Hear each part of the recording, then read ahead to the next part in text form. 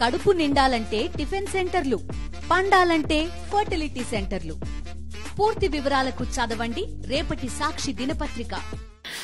సుహాస్ గారు, మెయిన్గా అంటే సినిమా రిలీజ్ అవుతున్నప్పుడు ఎక్స్పెక్టేషన్ అనేది ఉంటుంది. ఇదివరకు ఇప్పుడు మీరు అన్ని టాస్క్లు అయితే అన్నీ చేస్తున్నారు, ఇంటర్వ్యూస్ చేస్తున్నారు, ఇప్పుడు డిస్ట్రిబ్యూట్ చేస్తున్నారు, సినిమాలు చేస్తున్నారు, ఇన్ని చేస్తున్నారు కదా. ఇన్ని చేస్తున్నప్పుడు అంటే బ్యాలెన్స్ ఎలా చేస్తున్నారు అనేది డౌట్. నాకు అదే డౌట్ అండి. అర్థం ముందు నుంచి నిజమండి. అంటే పొద్దున్న స్నానం చేసేటప్పుడు ఎరా ఏంట్రా నువ్వు, నీ లైఫ్ ఏంటి, నువ్వేంటి, నీ డెసిషన్లు ఏంటి అని స్నానం. ఓకే ఓకే సర్లే, అప్పుడు కూడా ఆలోచిస్తున్నారు అంటే మరి మీ గురించి తెలుసుకోవాలని ఇంట్రెస్ట్ బాగా ఇప్పుడు జనాలకి. చెప్పండి. ఏం లేదండి, అంటే ఇప్పుడు దాకా ఏంటంటే ప్రొడ్యూసర్స్ చూసుకుంటారు, ఓకే మనం చేసుకుంటాం అంత అయిపోయింది. ప్రొడ్యూసర్స్ ఆబ్వియస్గా చూసుకుంటాం. నాకు పెద్ద banner Dil Raju sir banner ఆబ్వియస్గా. నాకు ఇందాక మీరు ఇంటర్వ్యూ స్టార్ట్ అవ్వకముందు ఎడిట్ చూస్తున్నాను అనమాట. అక్కడ అది ఉంటుంది కదా దిల్ రాజు సార్ది, వెంకటేశ్వర స్వామిది స్టార్టింగ్ వచ్చేది. నేను చిన్నప్పటి నుంచి అది చూస్తూ వచ్చాను కదా, దిల్ సినిమా నుంచి, ఆర్య నుంచి.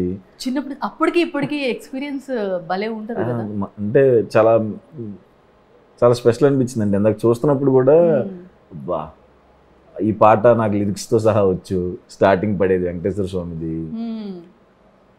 ఓహో మన సినిమాకి పడుతుంది, దాంట్లో నేనే హీరో అన్నది ఎగ్జైట్మెంట్ అసలు. అంటే దిల్ రాజు సార్ దాంట్లో చేస్తున్నాను, ఆయన బ్యానర్ ఆ పాట పడటం చాలా హ్యాపీ ఉంది. అండ్ ఓవర్సీస్ డిస్ట్రిబ్యూట్ చేస్తున్నాను కాబట్టి ఇంకా స్పెషల్ నాకు ఈ సినిమా. చాలా పెద్ద బాధ్యతనే కదా ఇది. సేఫ్ అండి, సేఫ్, వెరీ సేఫ్. అంటే వెరీ కాన్ఫిడెంట్గా తీసుకున్నాను. ఓకే. సో ఇందులో డైలాగ్ సలార్ మూవీకి రాసిన డైలాగ్ రైటర్ ఈ మూవీకి రాశారు. సో జనరల్గా ఫ్యామిలీస్ అందరిలో జరిగేది కాన్వర్జేషన్. సో అది చాలా రిలేటబుల్గా, దట్ మిమ్మల్ని సెలెక్షన్. అదే కాకుండా ఈ స్టోరీ మీకంటే ముందే ఇంకా చాలా మంది దగ్గరకి వెళ్ళిందంట. మీకు నరేషన్ చేసేటప్పుడు ఏం నచ్చి చేశారు?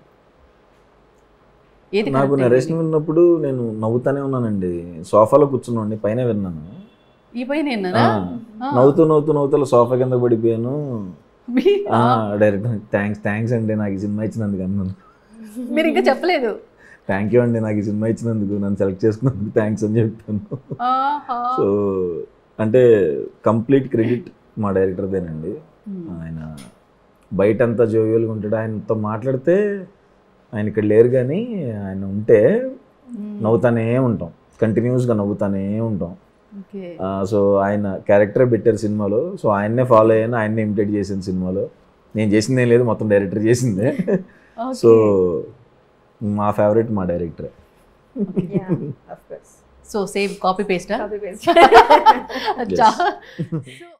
రీసెంట్గా మీరు ఇంటర్వ్యూ చేశారు కదా విజయ్ సేతుపతి గారిది.